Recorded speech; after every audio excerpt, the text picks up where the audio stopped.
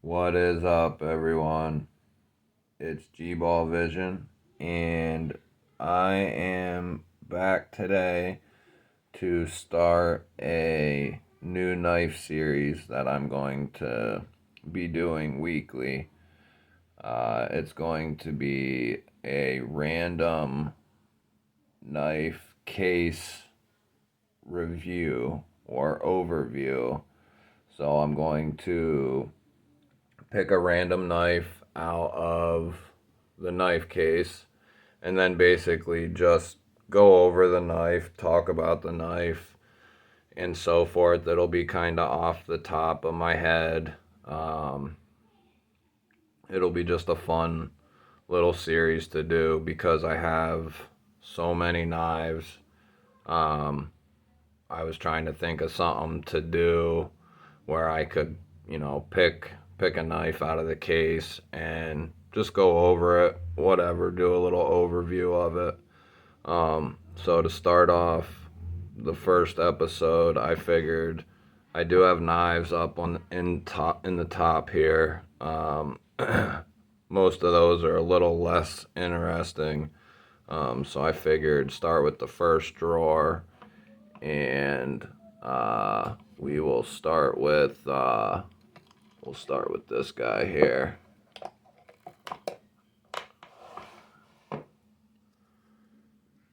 And there we have the drop Reate Ochs Lynx. And with that, give me 1 second and I'll be right back. Okay, now we're back. I had to switch mounts for the camera. I will warn you, the lighting is shitty. It is getting dark out, so I'm running out of my natural light, so I'm relying on two ring lights for now. The only thing I've noticed is it'll give a bad glare at certain angles. But so this is the drop Ochs Lynx, which was OEM by Reate. Drop is no longer actually manufacturing these knives. They do still have their names associated with them, but Caviso Outdoors is the ones who are now carrying all the drop knives, or the anything associated with drop. Caviso now carries. I don't know how they're gonna work that out, because drop no longer wants anything to do with them, but they are still branded on the knives. So I'm not quite sure what they're going to do about that whole ordeal. But back to the knife. We'll go tip to butt. This has like a sheep's foot drop point crossover blade. It's got a nice belly here, and then it comes out to this tip. It's very sheep footy, but it also has that point. So it's very unique, and then it kind of drops down right there.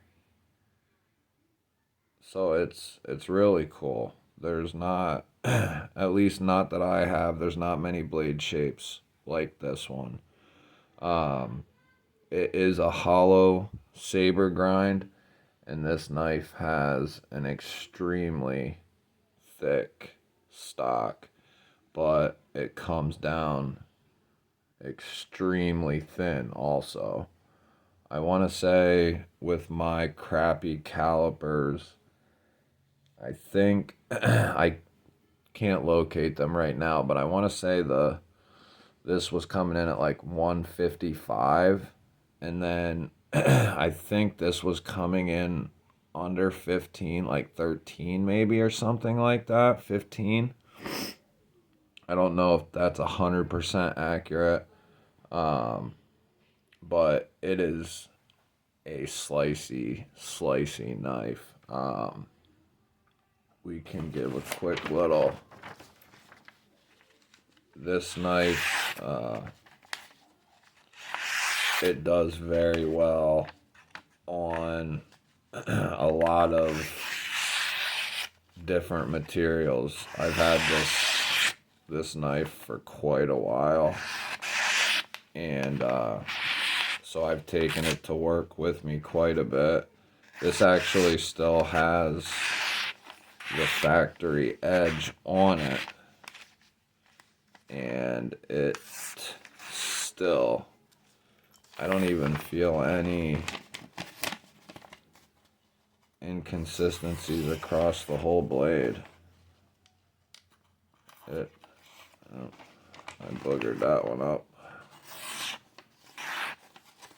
Yeah, that feels very good still. But like I said, factory edge. It is running. I don't know if I'll be able to pick it up now. Yeah.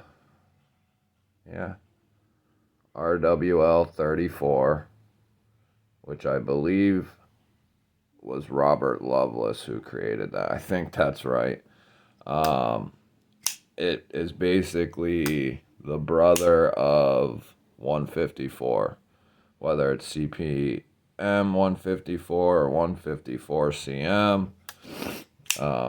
It's very similar to that. I forget what the little nuances of the differences are. But if RWL 34 is 154's brother, that is a perfect family to be in, because 154 CM is easily one of my top 5 favorite steels, especially working steel. Stuff that's really good for work use and work case scenarios. I have a lot of 154 CM, and I've cut a lot with 154 CM, and it is one of the most well-rounded steels that you can get still. Even though they put it on $100 knife, or maybe even nowadays a little cheaper, they put it on $800, $900, $1,000 knives also. So 154 is a very good steel, no matter what anyone says. It has the thumb studs, dual thumb studs, and they are anodized like a bronze color. Dual thumb studs. They are very comfortable, actually. They got like a nice stepping to them, and it don't dig into your finger.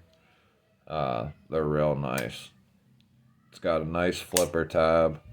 You can actually push button it, and you can light switch it. Light switch, push button. It's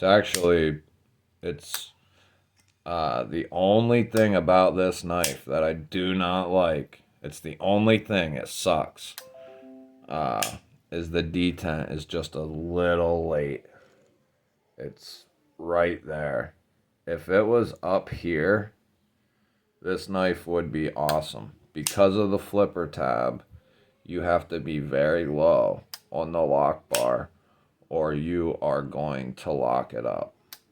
Even if you get past the detent sometimes, you'll flip it back past the detent and open it back up. If this knife had an earlier detent, it would be so good for the money. It's unreal how good this knife is for the money. It's got G10 scales, and they're done awesome. They also made another version in carbon fiber. Same steel, RWL 34. They do an awesome job with these. And then it's a titanium liner lock. Nice thick liners. And they are like anodized like a brass type color. And then a milled titanium clip. It's not quite deep carry. You have a tiny bit hanging out. It's basically just enough so you can grab your knife out of your pocket, which I don't mind at all. My knives don't have to be ultra deep carry or deep carry. This is perfect, especially when you are pulling it in and out of your pocket all the time. If you don't use it much throughout the day, and you know you're not, then a deep carry or ultra deep carry clip is perfectly fine. This knife, it's got this nice little quarter back spacer too, out of G10. It's got the little gear pattern to match the rest of what's going on the sides of the scales. Minimal minimal hardware. Three screws there. And then it looks like you got two over here. You got one under the pocket clip also there. So that would be taken off underneath the scale there.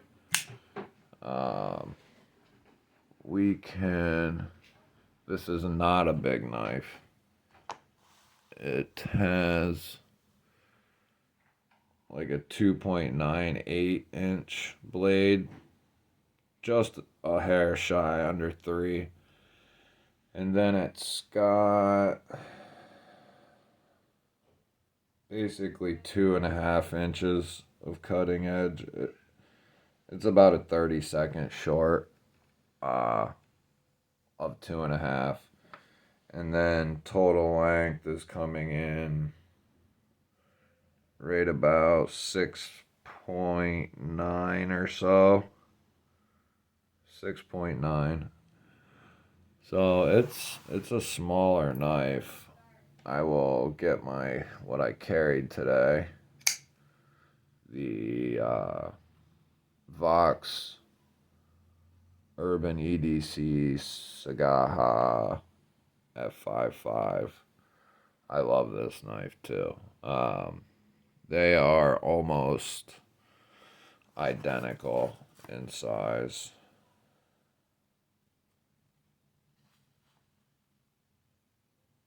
Looks like the handle is just a smidge longer on the F5. I love this knife too.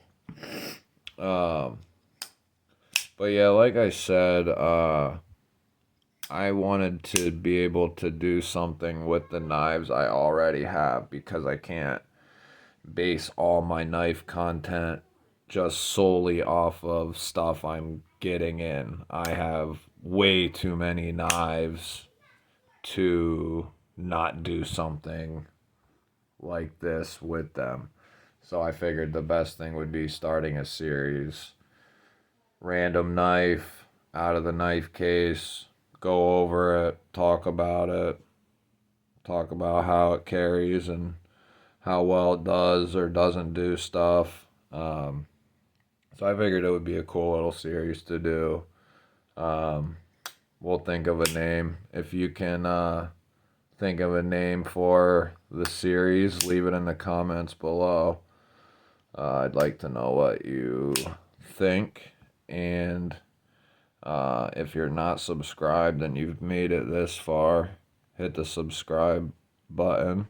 For everyone who is subscribed and is watching, I appreciate y'all, and thank you for making it this far in the video. It's a little longer just because it's so random and unscripted, obviously, which everything I do will be unscripted, but sometimes I'll kind of prepare for something. This will be completely, off the top. no preparation, pull it out, go over it, tell you what I know about it, which might be a lot, might be a little bit, might be nothing. We'll just have to see when we get there. Like the video, you might as well go down through the rest of the videos and watch them and hit the like on those too. Leave me a comment though down below. Let me know what you think about the knife. Hate it, love it, have it. And let me know if you have any names for the series. Alright guys, I appreciate y'all and thank you for watching. Y'all have a good night and have a safe night. See you guys.